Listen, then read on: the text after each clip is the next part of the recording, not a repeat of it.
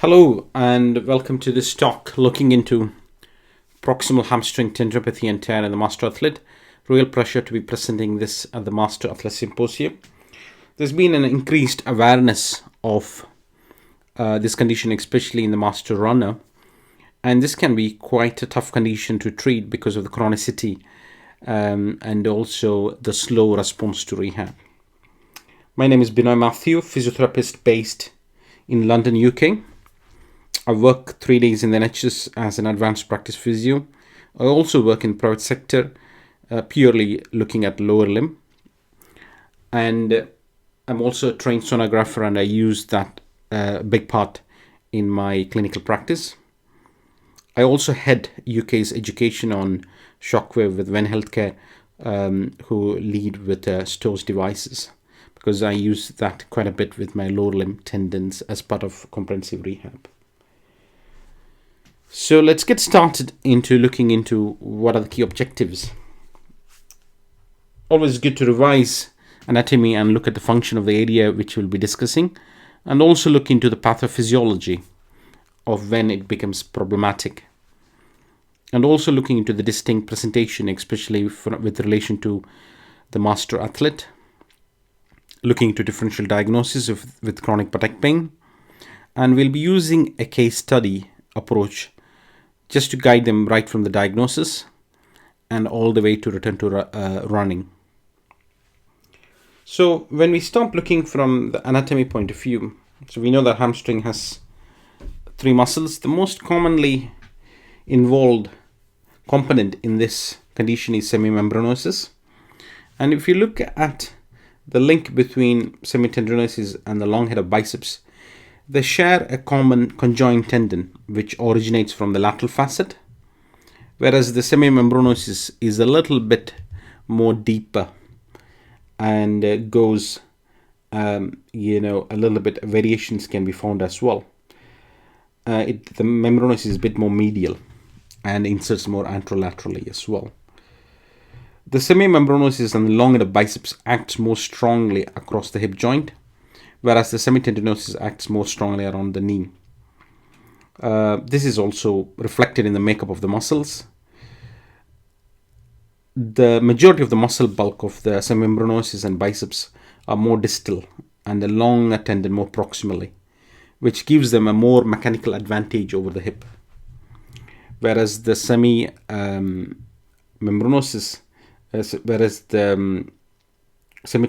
the majority of the muscle bulk more proximally, so it can work more on the knee joint. So obviously they work together as a group. There's some subtle variation, and there's also a big influence of the adductor magnus, which is called as the 4th hamstring, and in some patients it could be also be an involvement of the adductor magnus pathology as well.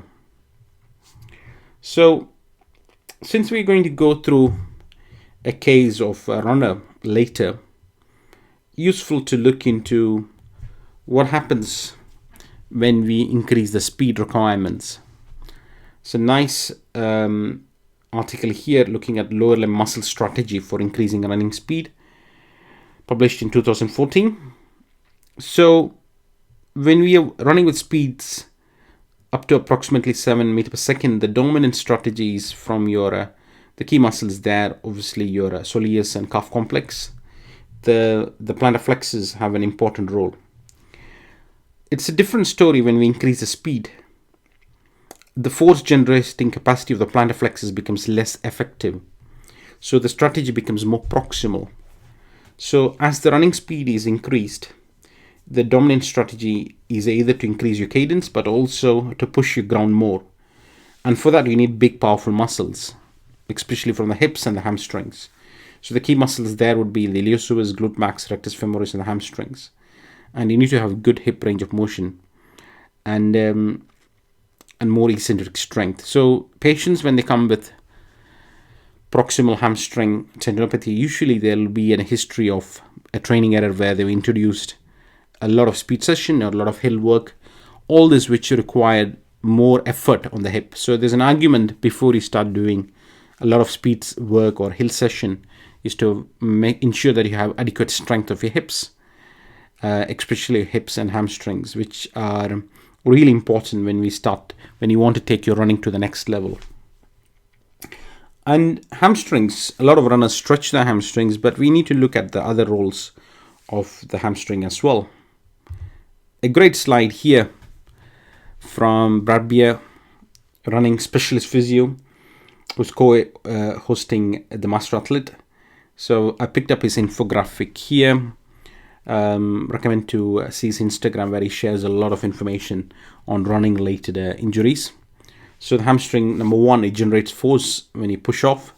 It controls the swing, transmits the energy to the gastrocnemius complex, and as we getting fatigue, it becomes more active. So it's a lot of important role of the hamstring, which becomes prominent, especially when you're dealing with the running population. Now, they're more susceptible to that late phase of sprinting. So when we go into the rehab, that eccentric phase, that's where I think your muscle biceps is more susceptible. So the lengthening phase. So there's an argument there to really look at strengthening in that outer range, especially before they get back into running. Now, a runner who's going to come to you, or any master athlete who's going to come to you with this condition, will come to you with the symptoms of buttock pain, chronic buttock pain. They're not going to say I've got tendinopathy. They say I'm having this sort of annoying pain in my bum. Starts when I'm doing speed work or a lot of uphill work, and it's affecting my sitting. That's your classical presentation. And chronic buttock pain is a big black box. There's a lot of things which can go wrong there. So before we go further, just to make it clear, when we say about chronic buttock pain or gluteal pain, posterior hip pain, we're talking about the area from the iliac crest superiorly and all the way to the gluteal fold. So this is sort of the area. And historically, we used to think it was quite simple, like it is from the back or SIJ or piriformis. Now we know that it's as complex, if not more complex, than the anterior hip. There's a lot of good review article here if you're interested in knowing into the differential diagnosis of posterior hip pain. So when an athlete or a runner comes with chronic buttock pain, really important to have a systematic approach here. So you can see there's I've just put 13, there's another 10 which could cause chronic buttock pain. So there's a lot of structures here. Can be very difficult to isolate some of those, but the general thing is to rule out the obvious ones, which is generally your lumbar spine, your SIJ, your hip, before you start thinking of local pathologies. So when you talk about local pathologies, you got your deep gluteal syndrome, part of the piriformis complex here, and you got a separate entity called the ischiofemoral impingement, where it's a bit more lateral towards the ischial tuberosity. You also have another entity called pudendal nerve entrapment, which you can see in cyclists, where there's a direct compression there, and they might have like tingling sensation or burning sensation in the perineum. They can sort of mimic like cauda equina. So and then obturator internus, you can have tears of that. A few case studies coming out from football. And as I mentioned here, you got adductor magnus, which is a bit more medially. And we have to remember, like, the posterior fibers of glute max can also refer into the posterior buttock pain. And you can have muscle injury of the glute max.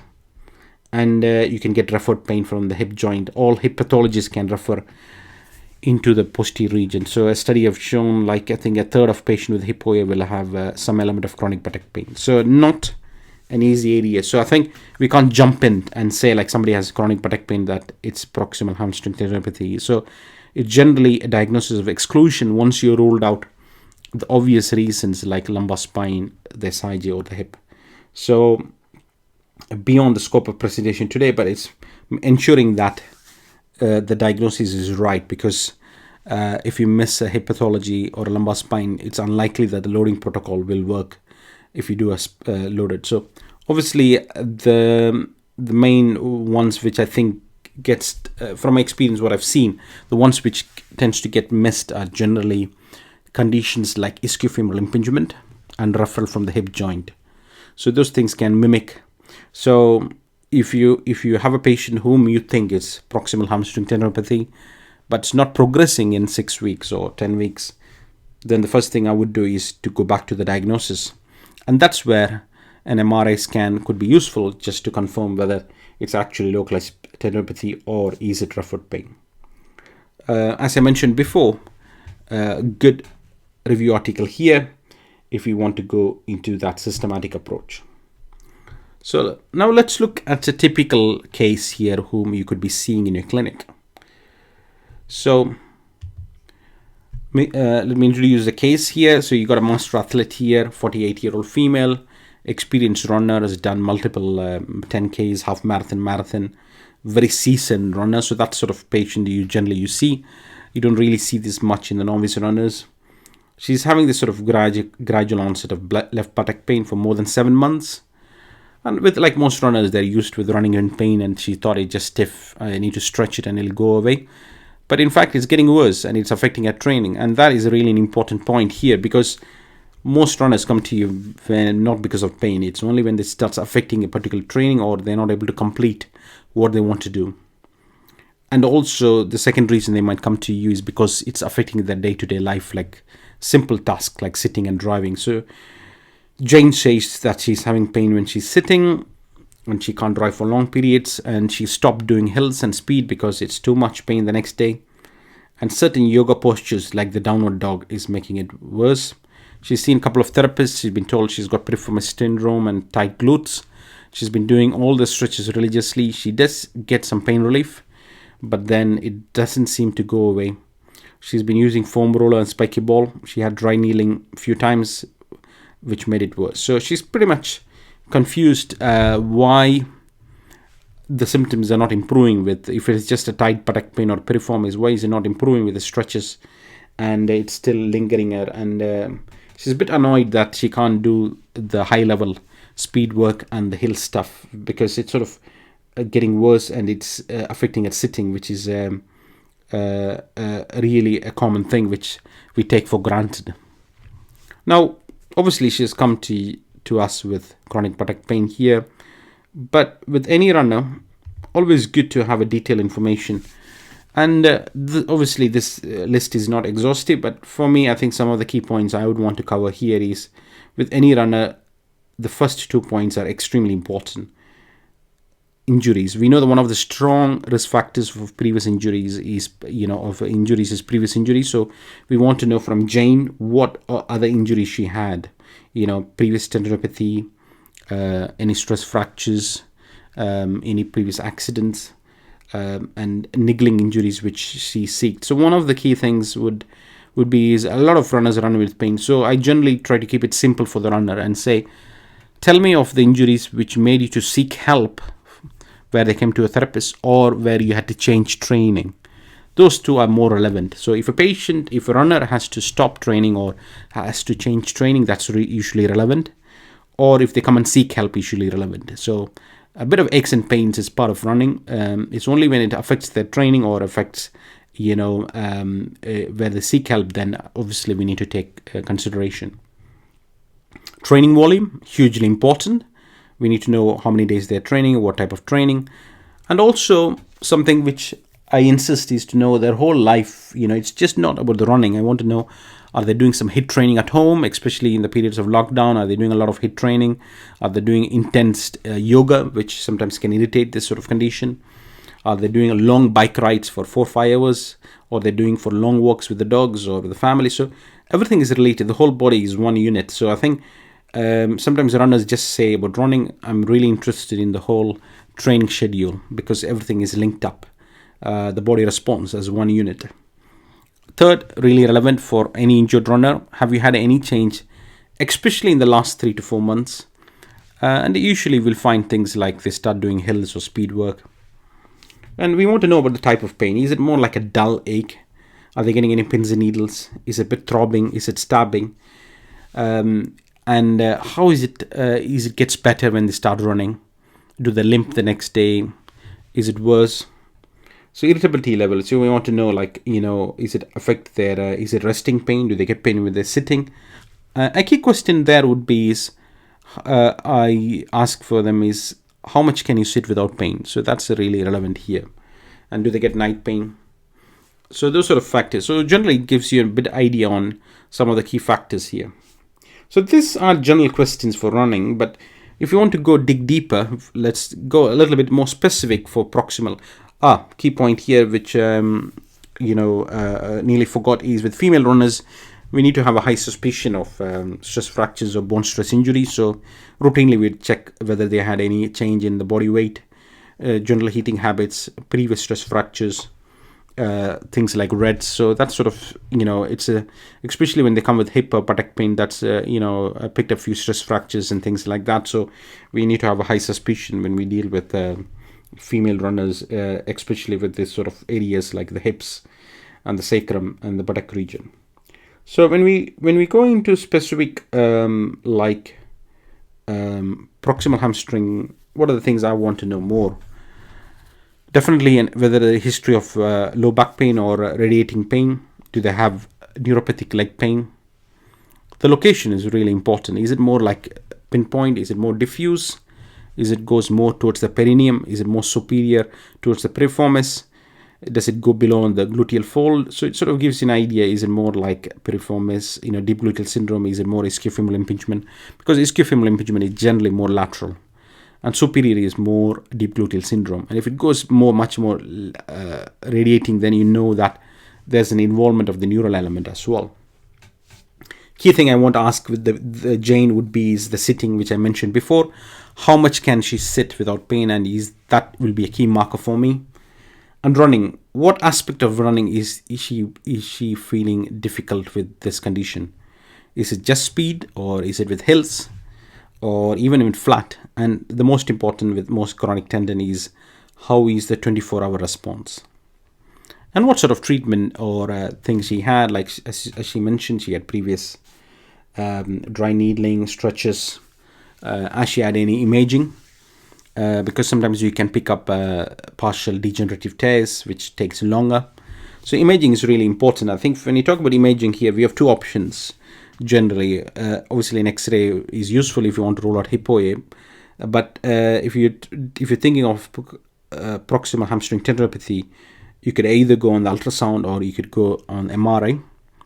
If you look at the literature, and I would agree from my personal experience, an MRI is much superior in this region. A couple of reasons. It's quite deep. It's more sensitive than ultrasound in this region. If it's something like an Achilles tendon or a patellar tendon, ultrasound is as good. But for proximal hamstring, the evidence is quite clear. The MRI is much superior because it can pick up partial tears.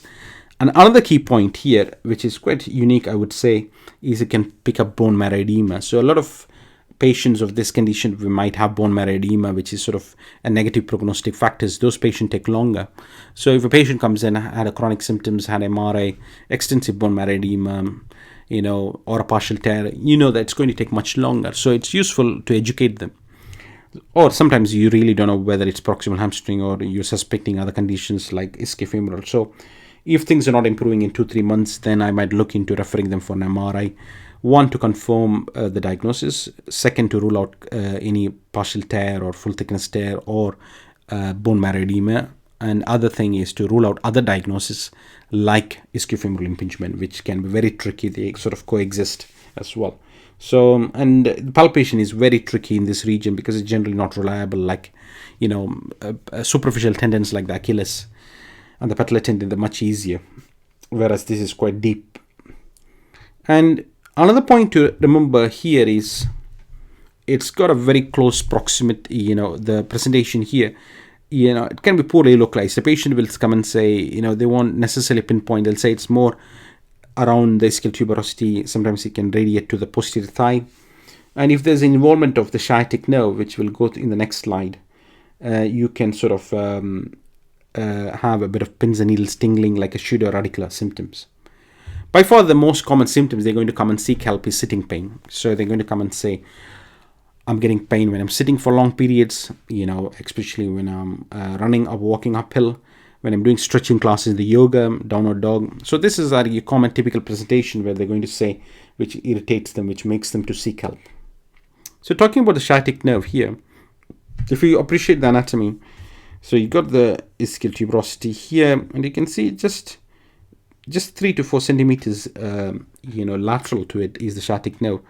And there's been few studies which shown that there's an involvement of the sciatic nerve as part of the spectrum. So if you've got a patient who is getting that sort of neural symptoms, bit of tingling, sort of sharp pain, the neural character, then you know that that's going to take longer, and we might have to be less aggressive with the rehabilitation, because the neural element, we just have to respect that sort of element there. And this is, if you want to read more on that, there's a nice article here which looked into the sort of sciatic nerve involvement with the MR neurography. So I think, from my experience, what I've seen is there's a subgroup of patients with proximal hamstring where if you do an SLR, it's fine. But when you do an SLR, straight leg raise with ankle plantar flexion and inversion, it reproduces the buttock pain, which sort of gives you an idea that it is loading the fibular division of the sciatic nerve. So those sort of patients, as I mentioned before, is being not being aggressive with the protocol, taking time.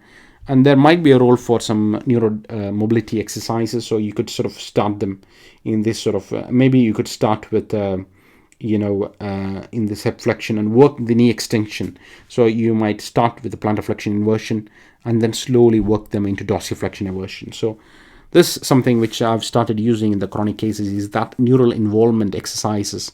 So obviously when you do assessment, check whether it's reproducing the symptoms.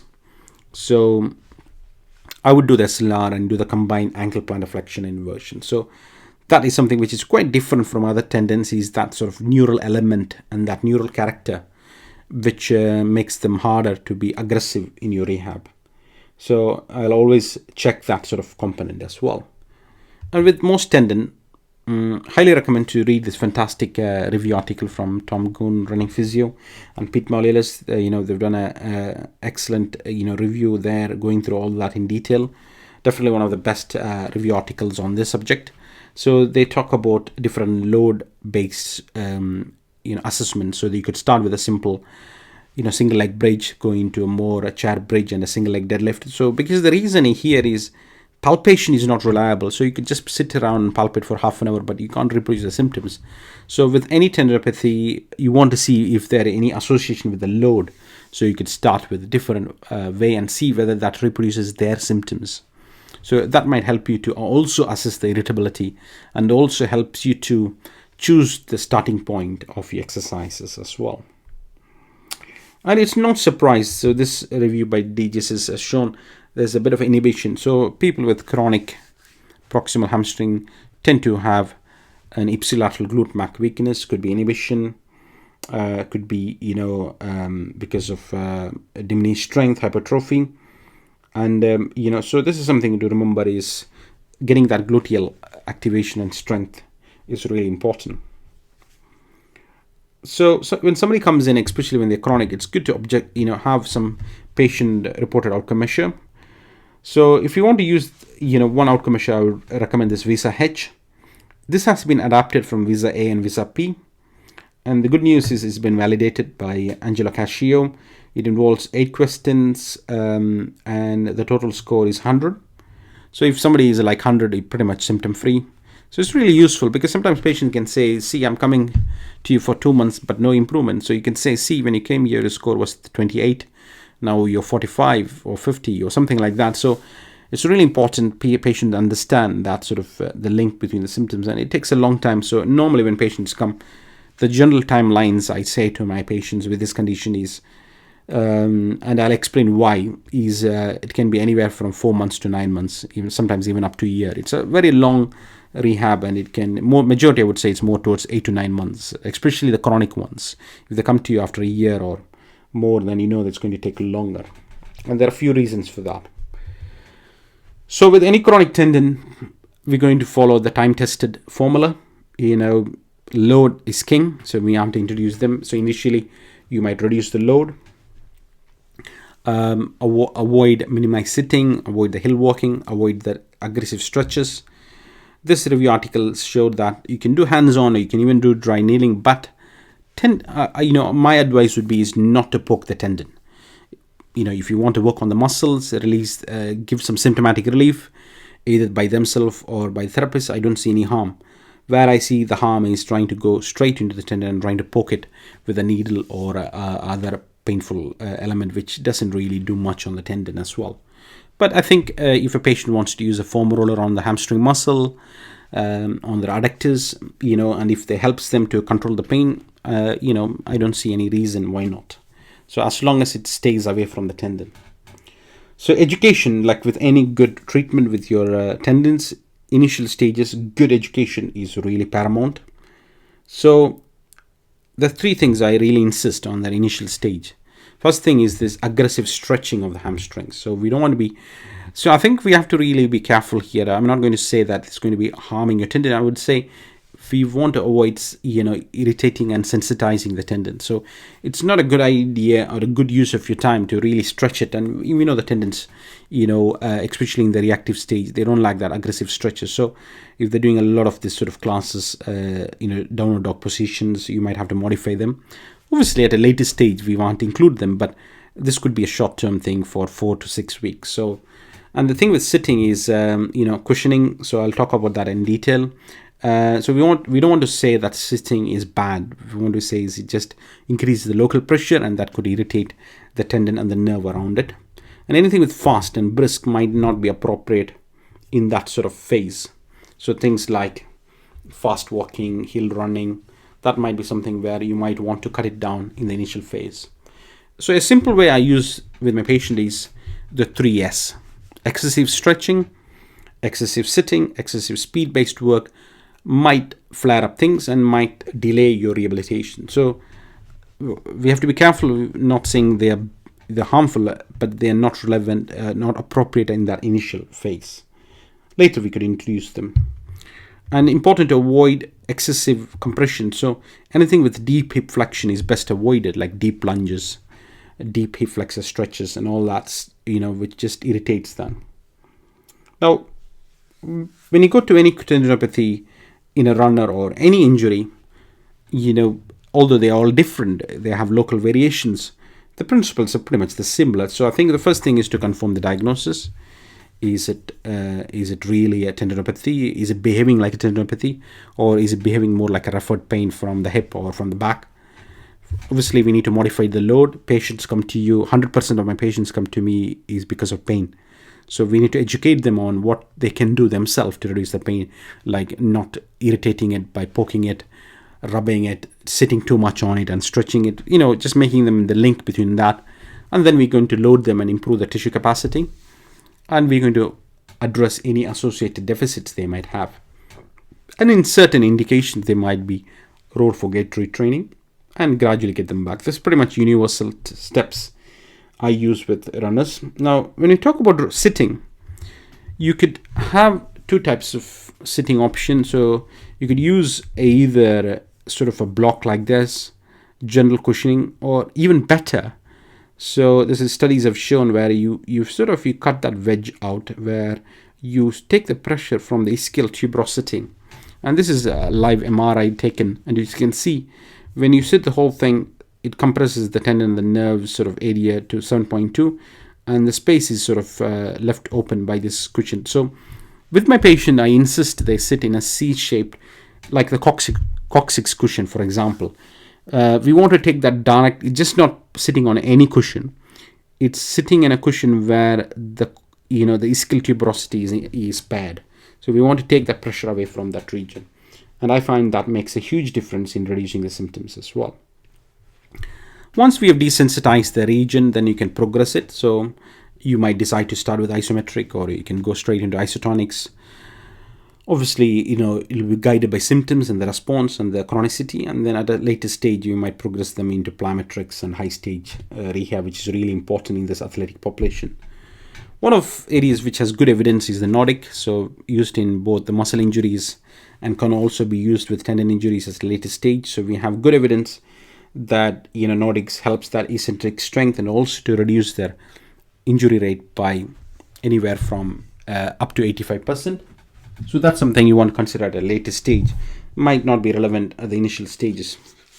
One of the issues with the Nordics is you'll need a partner. So there are different ways of doing it. So this is one method. Got the prehab guys. So you can use a ball. to work on as well. Obviously, it's just not going to be about Nordic curls. There's a whole lot of other exercises you could be including here, from your single leg bridge, leg curl, hip thrusters. So there's a lot of options here, and then gradually get them back with flat running and then progressing into speed. The last area I would be working will be hills. And also if they have got any associated tightness, especially like hip flexor, cord tightness, calf. So it's having that sort of holistic view about the whole kinetic chain and just not about pure hamstring on its own. And end stage, one thing we want to include is some speed-based training. So definitely we want to include some speed-based training. So this clip is from the prehab guys. So getting that sort of element, because the hamstrings are really important when you have speed-based drills. So getting that sort of action plyometric as well. So we want to include that because eventually at one stage the runner would want to include some speed training or hill-based training. There are many reasons they might be difficult to rehab or where things are not improving. There are 3-4 factors. The first factor is compression in early phase. So he's avoiding that sort of giving good advice not to really be overzealous with the stretching or too much of excessive sitting, or avoiding that sort of irritation, because if the pain gets irritated and you go in a flare up, then obviously you can't progress your rehab.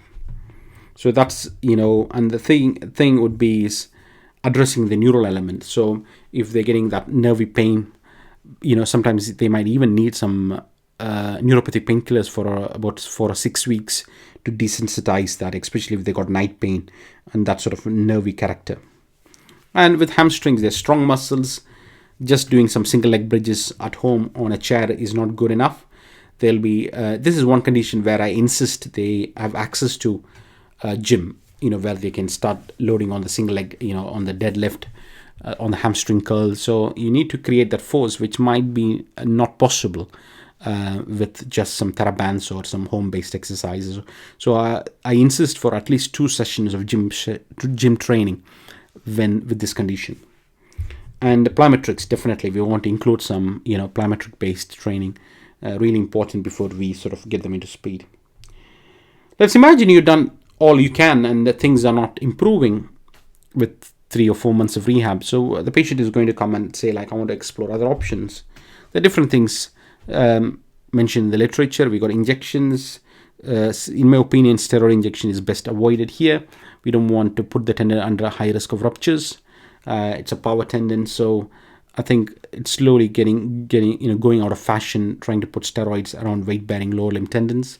So it's like the Achilles, the patella. If you won't inject the Achilles with the steroid, why should you do the same with the hamstring? So in my opinion, steroid is not really, in this age, is not really appropriate for this sort of condition, especially if you're dealing with an active population who will get back into that high level.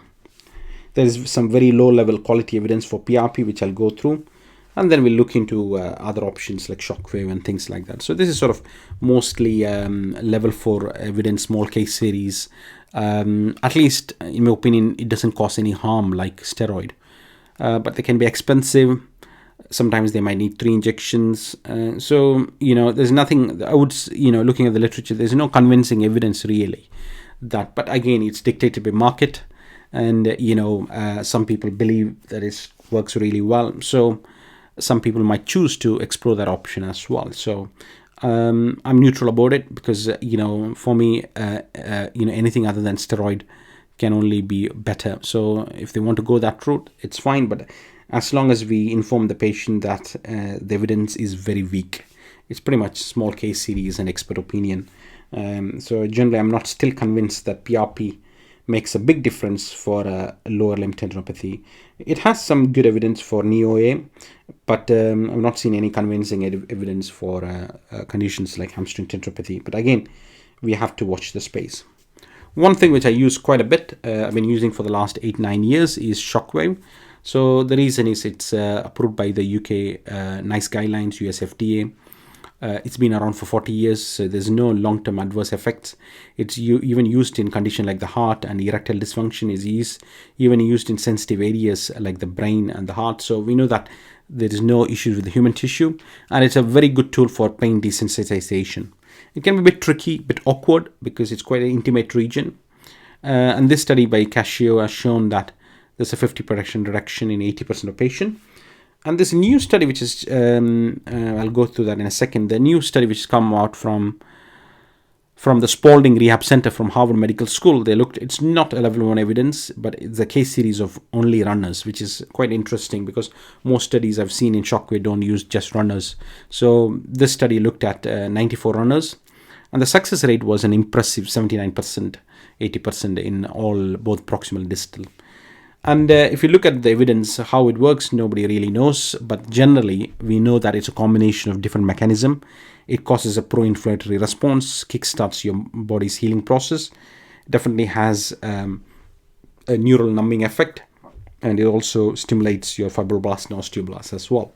So for me, I think rather than injection going for PRP route and other stuff, this is non-invasive. Obviously, it's not the first line of treatment, as I mentioned clearly in my courses. If a patient had good quality, high quality rehab, they've done it for 2 months, 3 months, 4 months. If it's not improving, the patient is definitely going to get frustrated and they're going to seek other treatment. So in those instances, it's very sensible to exhaust non-invasive option like Shockwave, as long as they are not given in the. So one word of caution here with Shockwave is Shockwave doesn't work if you give that in an acute stage. So I only give Shockwave for patients whose symptoms are more than 3-4 months and who have failed conservative management and they're more chronic. So more like 3 or 4 out of 10 pain. If a patient comes to me 9 or 10 out of 10 pain, I won't really give Shockwave. It just makes it worse. So it's knowing when to give Shockwave and what sort of patients. So over my experience in the last 10-12 years with the lower limb, especially with the active population, I definitely would agree with the statement which says like it's one of the hardest conditions to treat. So there's no quick hacks here. So that's something which I say to my patient here is, I would rather prefer a simple Achilles tendinopathy than a proximal hamstring, which can be very challenging. And the timelines I say to my patient is it can be anywhere from 4 months to 9 months, or sometimes even up to a year. So there is no, I don't have any magic wand or anything to make them quicker. But the reason is to, I think there's always a reason why certain things take longer. And in my opinion, there are a few unique points which makes this region quite tricky. So let's go through what are the key factors which I think makes this quite tricky. First is the involvement of the sciatic nerve. Quite a bit of population, patients, I see a subgroup develop this who have close proximity to the sciatic nerve. The second one is, the involvement with the bone marrow edema. So you could sort of compare this like medial tibial stress syndrome or osteitis pubis, and those sort of things take much longer. And the third, which is in fact the most common reason, is in certain jobs, if they are sitting long at home or they're driving, it can be very hard to limit the sitting time in the initial phases, and getting that period of sitting can be very difficult. So it's really important to know why it can be challenging in this sort of patients to get things going. So so it's a combination of the nerve involvement, the bone involvement, making the tendon as well. So so it's no easy quick hacks here really, as long as we educate the patient that it's a chronic long condition where it needs that slow patient approach, looking into the associated deficits, education, progressive loading, and then graded return. So if they're coming for a quick fix, then I would say sorry, I can't really give anything to get them better within a week or a month or two.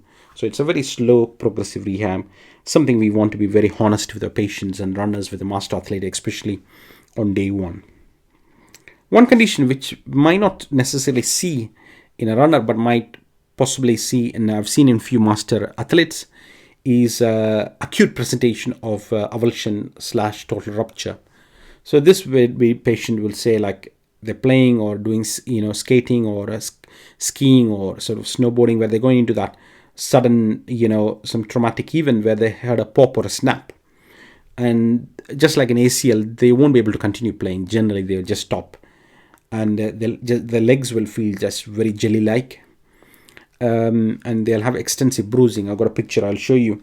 So this is something to bear in mind, like with any tendon. For example, if an Achilles tendon, patients say have a pop, then you're going to suspect rupture. The same thing with the hamstrings. So if somebody has an acute onset and they have weakness with it and with a pop and they can't continue, then I will have a high suspicion of a rupture of an avulsion with a total full thickness tear. So if you see them acute, you can't miss them. So if you're seeing them, this sometimes swelling can remain for 3-4 weeks, or even I've seen up to 6 weeks. So they'll come with this massive bruising as shown in the picture, extensive swelling. There'll be sort of tenderness and there, and so in those cases I would immediately seek either to A&E or to a lower limb surgeon where they need an MRI or something like that. So because this is more like any acute ruptures, they need to be seeking orthopedic opinion as soon as possible, really, because the surgery outcomes are better if done earlier. So this is sort of patient more likely to go into A&E, or if you're an advanced practitioner or working in A&E, you might see them. So not something you'll routinely see in a normal MSK clinic, but something to bear in mind, like with any lower limb tendon, you can have that odd rupture as well. So when you look into the literature on the treatment options, so generally what we know is the treatment options are much better surgically. So for a full thickness avulsion or ruptures, I'm not saying everybody needs surgery. If somebody is not active, 60, 70 plus, they can be managed very well. But somebody at a high level, getting back into high sports, at the bare minimum, they should at least be offered a surgical opinion. And the surgery seems to do very well within the first 6 weeks. So if I see them in an acute environment, I would at least, it's up to the surgeon whether they're going to operate or not, but at least I make sure that I've offered the choice to a patient to discuss that with the surgeon, especially in an acute environment and they have a rupture and they want to get back into high level running, a triathlon, long distance bike riding and things like that, because the residual pain and the weakness can be long term in many patients and they may not return to that full level.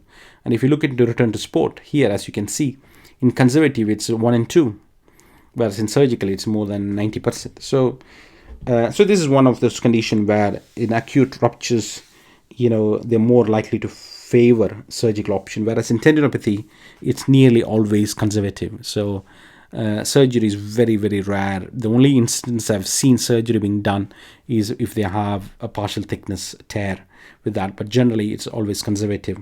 Whereas for the full acute presentation, most of them end up with surgery options as well. So just to bear in mind, in an acute presentation, obviously another acute presentation could also be stress fractures like the sacrum or the pubic ramus.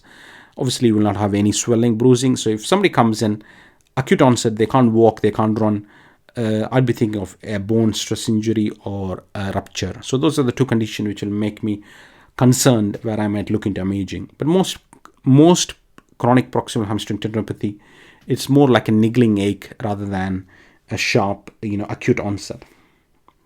So in conclusion, when you see a chronic buttock pain in active population, especially in that sort of master athlete, 35, 40 plus, 50 plus, the common diagnosis there would be proximal hamstring tendinopathy. This is a condition where you generally don't see this in the inactive population. Like with any tendinopathy, we want to ensure that they manage very well in the initial stages.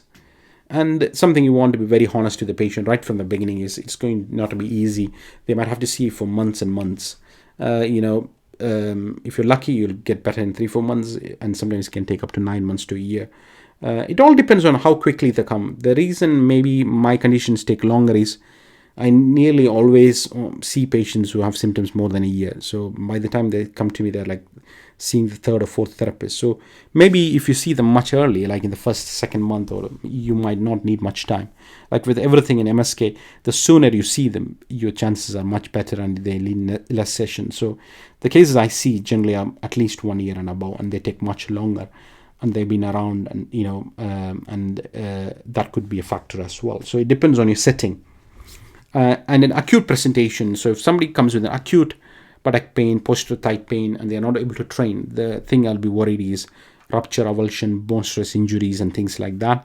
And that's where I think routinely with a proximal hamstring tendinopathy, I won't really rush them for imaging. But if they come with acute pain, weakness and bruising and things like that, and they can't train, then I don't want to miss things like a rupture, avulsion, or a stress fractures, because those sort of things will need a secondary orthopedic opinion as well. So hopefully it's given a bit of a flavor on the different aspects of chronic buttock pain. As I mentioned before, it's having a systematic approach. So hopefully you find that quite useful in the whole series of Master Athlete. And big thanks for looking at the bigger picture, and also looking into the differential diagnosis of chronic buttock pain as well. Thank you for your attention.